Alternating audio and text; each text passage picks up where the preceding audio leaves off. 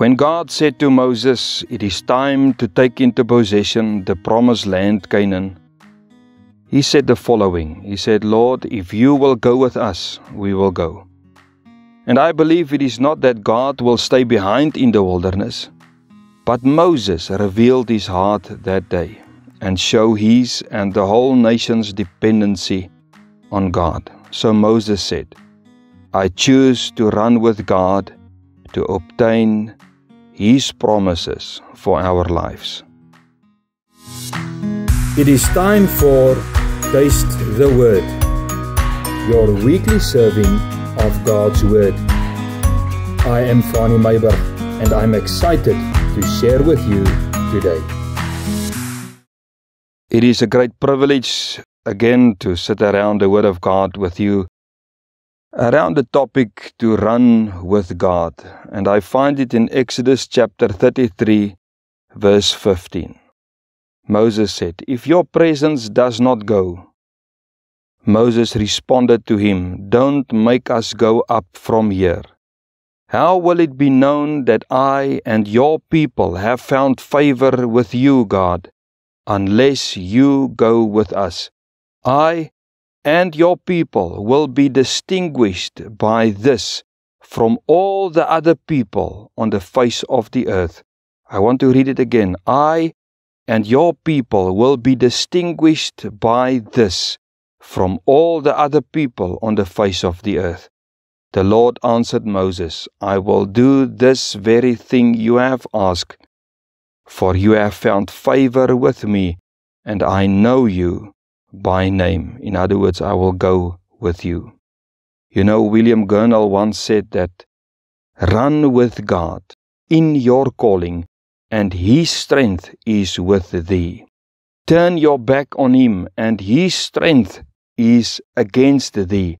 Run with God in your calling, and His strength is with you. Turn your back on Him, and His strength is against you." And I read in Numbers 22 verse 32, "The angel of the Lord asked Balaam, 'Why have you beaten your donkey these 3 times? Look, I came out to oppose you because I consider what you are doing to be evil.'" You see, instead of God working with someone, God has become his opponent. There was a time when David felt how God was his opponent. You will remember it. Saul experienced it, and even Judas. One way God becomes your opponent is to take His Holy Spirit from you. This was what David observed, and he asked, "Lord, do not banish me from your presence, or take your Holy Spirit from me." Read it in Psalms 51 in verse 11. David understood that sin banishes God from one's heart, which means God's precious Holy Spirit departs. So David acted immediately upon his sin. After conviction of sin, came and asked God to forgive and cleanses him, because he knew God, Holy Spirit, does not run when there is wickedness in a man's heart. Here is the truth. Run with God, and you will experience the comfort, the direction, the peace, the gifts, and the presence of Holy Spirit. You will experience the joy of salvation through Jesus Christ. If God is your enemy, you will be condemned. If you run with God, His Holy Spirit ministers to you. But if God is your enemy, the loneliness of His absence will be tangible.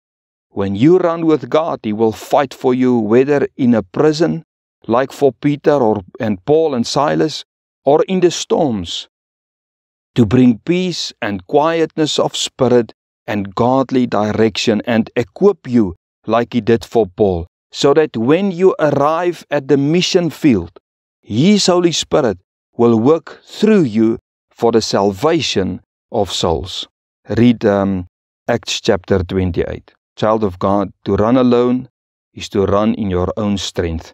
And you know, according to God's word, we are living in a spirit world, a world with rulers, authorities, cosmic powers of this darkness, evil and spiritual forces in the heavens. That is what Paul says in Ephesians 6 And now Paul gave us advice. He says, don't run alone or in your own strength. He says in Ephesians 6 verse 13, he says, for this reason, because of the dark forces, take up the full armor of God so that you may be able to resist in the evil day, and having prepared everything to take your stand.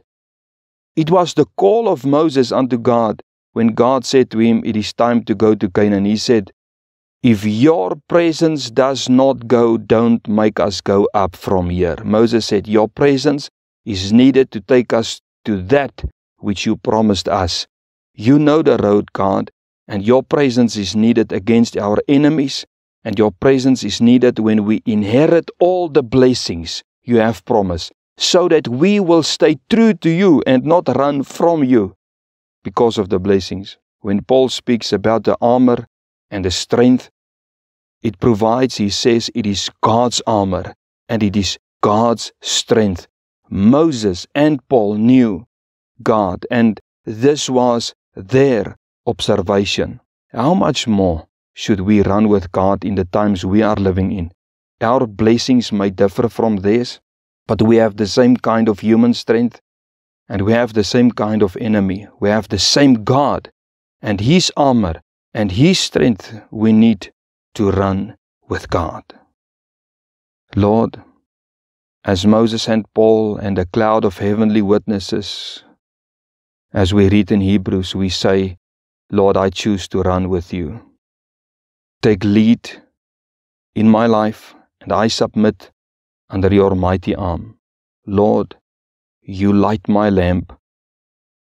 God, you illuminate my darkness. With you I can attack a barricade, and with you, God, I can leap over a wall.